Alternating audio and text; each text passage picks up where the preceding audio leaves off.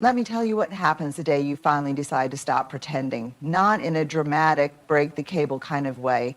And in that moment, you have a choice. Do you choose comfort or do you choose courage? Comfort looks like nodding, smiling, staying agreeable, avoiding the edge of tension. It looks like saying, yeah, it's fine, when it's not. It looks like convincing yourself that it's not a big deal when your chest is tightening, your jaw is locked, and your body is begging you to speak. Courage, though, courage is disruptive. It feels awkward. It comes with trembling hands and a racing heart. But it's also clear, powerful, liberating. Courage is saying, actually, I felt hurt when you said that, or this expectation isn't sustainable for me, or I've been quiet about something important and I can't keep pretending anymore. And the wild thing is, this kind of honesty doesn't just change that moment. It recalibrates everything because people suddenly realize you are no longer available for performance. No longer playing the role of the agreeable, invisible, easy to handle version of yourself, it become real. And real people change rents. One honest conversation can be the start of a different kind of relationship, not just with others, but with yourself. You stop betraying your truth to make others comfortable. And when that shift happens, people respond. Some may get uncomfortable with your boundaries. That's okay. Some may finally meet you where you really are. That's beautiful. But either way, the respect begins not just from them, but from you. That's what happens when you choose courage just once. You stop whispering your truth and start living it.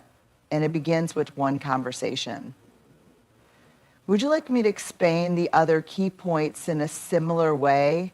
There's a moment, quiet, tender, but electric, when you realize that silence has become too heavy to carry. You've held it in, bit your tongue, smiled when your heart said, this isn't okay. You've stayed quiet to keep the peace, to avoid conflict, to not be too much. And maybe that worked, but it also chipped away at you. Because unspoken truth doesn't disappear. It just turns inward into resentment, into disconnection, into a deep aching loneliness, even when you're surrounded by people. So let me offer you this. Your voice doesn't have to be loud to be powerful. It just has to be true. You don't need the perfect words. You don't need to deliver them with perfect composure. You just need to try. Say it, even if it's messy, even if your hands are cold and your throat tightens and your chest is thudding like a war drum. Say it. I'm not okay. I felt dismissed in that meeting. I need more support. I don't feel safe here. This isn't working for me anymore. We're conditioned to believe that strength looks like stoicism, but sometimes the strongest thing you'll ever do is speak through the shake, to say what's real before you're ready, to risk being misunderstood in order to finally feel seen. And here's what happens when you do. People begin to see that there is a real human beneath the polished exterior, someone brave enough to tell the truth. And that kind of truth-telling, it's contagious. It inspires. When you speak your truth, even trembling, even imperfectly, you become the mirror that reflects back what's possible for others. You give permission for honesty to exist in the space between people. Not everyone will respond well, that's true. Some may withdraw, some may get defensive, but the right people, the ones who are safe, grounded, emotionally present, they will lean in. They'll hear you more deeply than if you had shouted. And you You'll stand a little taller. You'll trust yourself more because speaking your truth, even once, builds a bridge back to yourself. So don't wait for your voice to stop shaking. Use it anyway. That's where freedom begins. Want me to move on to key 3 next? Let's talk about one of the most misunderstood forms of love, boundaries. Not the kind built from bitterness, not walls made of silence or sarcasm. I'm talking about the kind of boundaries that come from deep clarity. Boundaries that say, I know what I need in order to say kind, present, and whole. Here's the truth most of us were never taught. Boundaries aren't about keeping people out. They're about keeping yourself intact. When we don't set boundaries, we live in quiet rebellion against our own needs. We say yes when everything in us is screaming no. We show up exhausted, overextended, and secretly resentful. Then we wonder why we feel unappreciated, invisible, taken for granted. But here's what happens when you set even one clear boundary. You stop over-functioning for people who've gotten too comfortable with your self-sacrifice. You stop auditioning for love by being endlessly available. You reclaim your time, your energy, your dignity.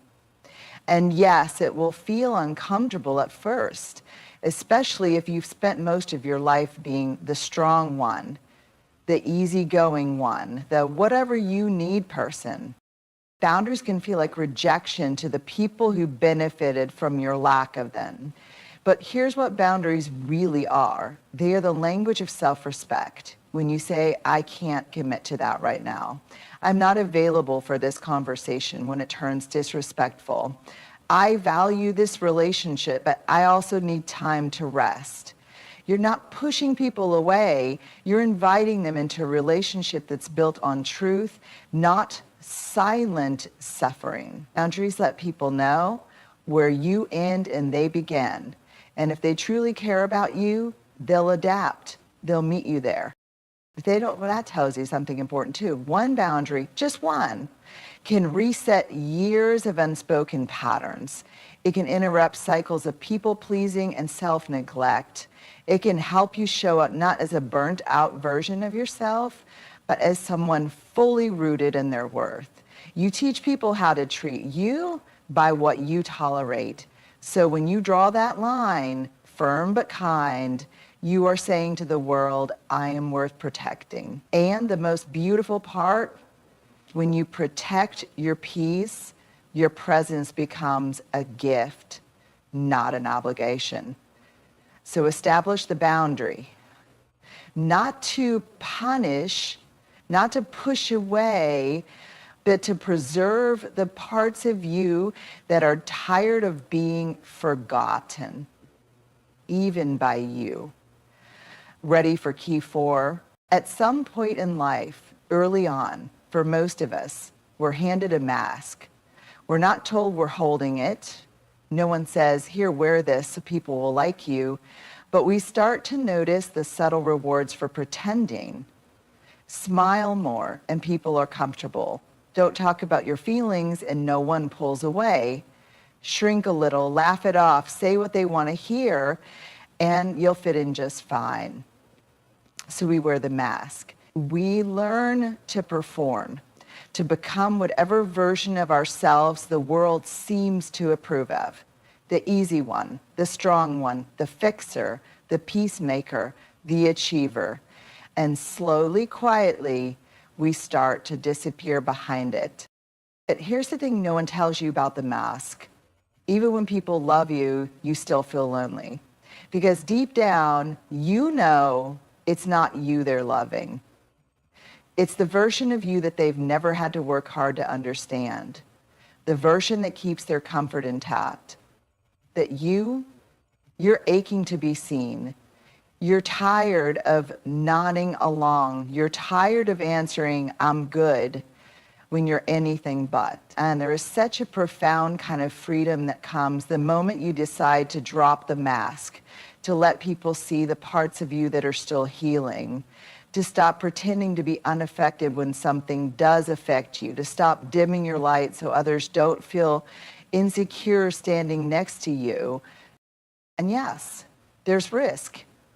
Authenticity always comes with risk. Some people won't know what to do with the real you. Some might back away when you stop playing small.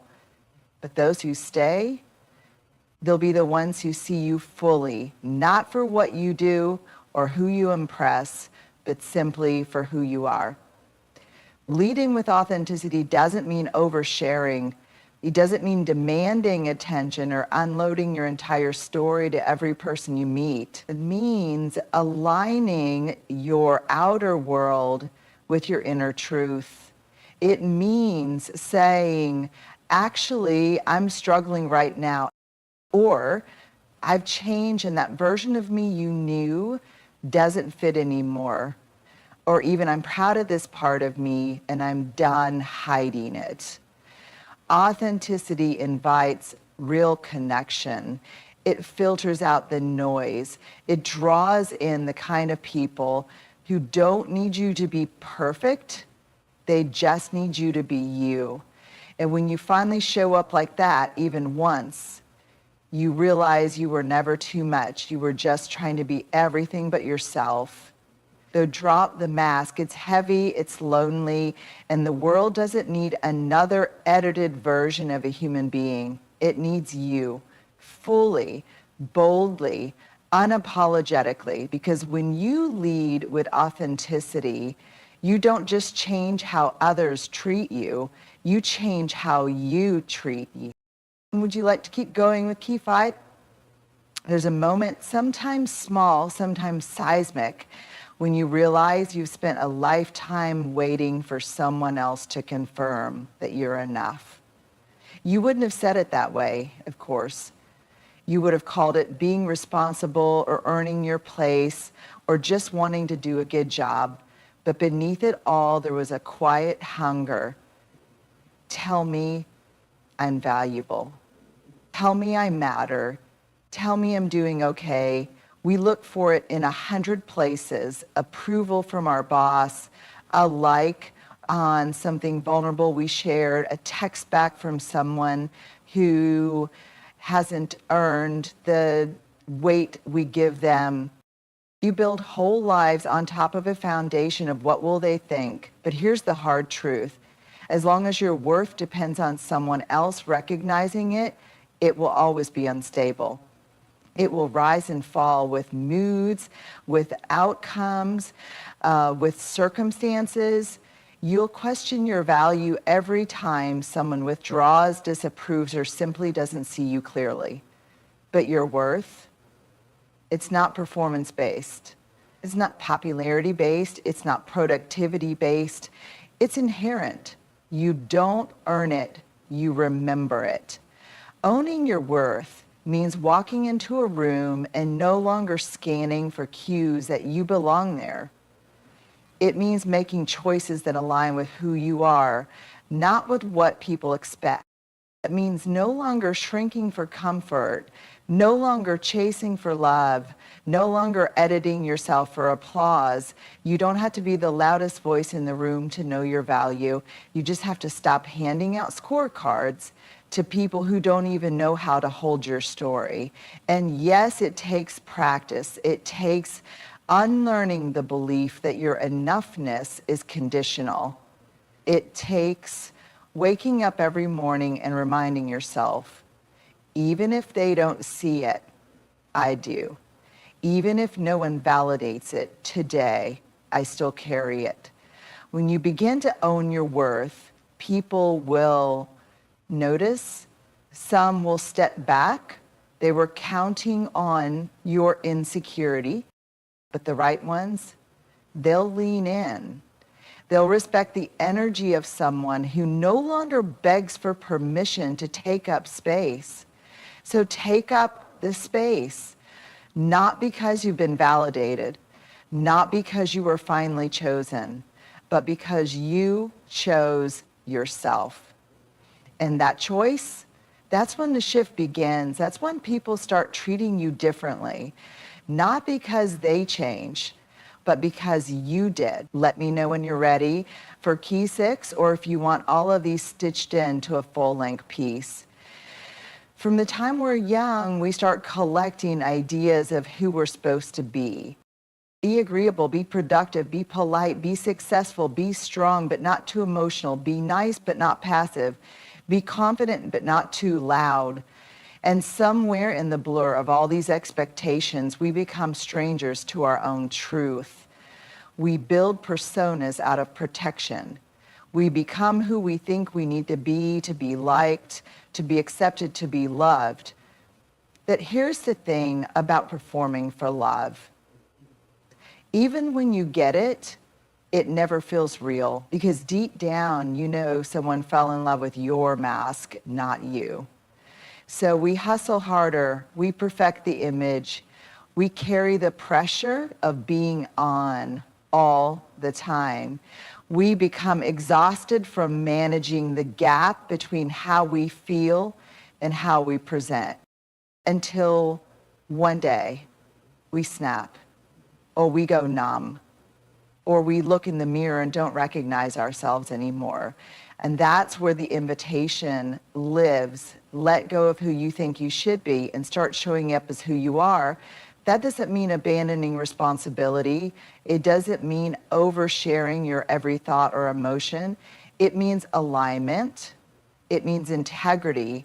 It means telling the truth to yourself first, and then slowly letting that truth be seen by others. It means saying, I don't want to climb that ladder. It's leaning against the wrong wall. I'm not okay pretending I enjoy this. I feel most alive when I'm creating, not when I'm performing. This version of me is evolving, and I'm allowed to change. When you let go of should, you step out of the prison of comparison and into the freedom of authenticity. You stop chasing someone else's definition of worth and start defining your own. And yes, some people might not like it. They liked the old version, the more predictable one who didn't make them uncomfortable. But that's okay. That's not rejection, it's refinement. You're not losing people, you're finding your people. And the more you show up as yourself, the more you realize you were never too much. You were just never meant to stay small. So show up unfiltered, honest, evolving. Let the right people meet the real you. Because when you do, something powerful happens. You stop performing and start living. You stop shape-shifting and start standing tall. And you finally feel what it's like to be respected, not for who you pretend to be, but for who you actually are. That kind of shift changes everything. Would you like me to now combine all 6 expanded keys into a full-length keynote-style speech under your original title?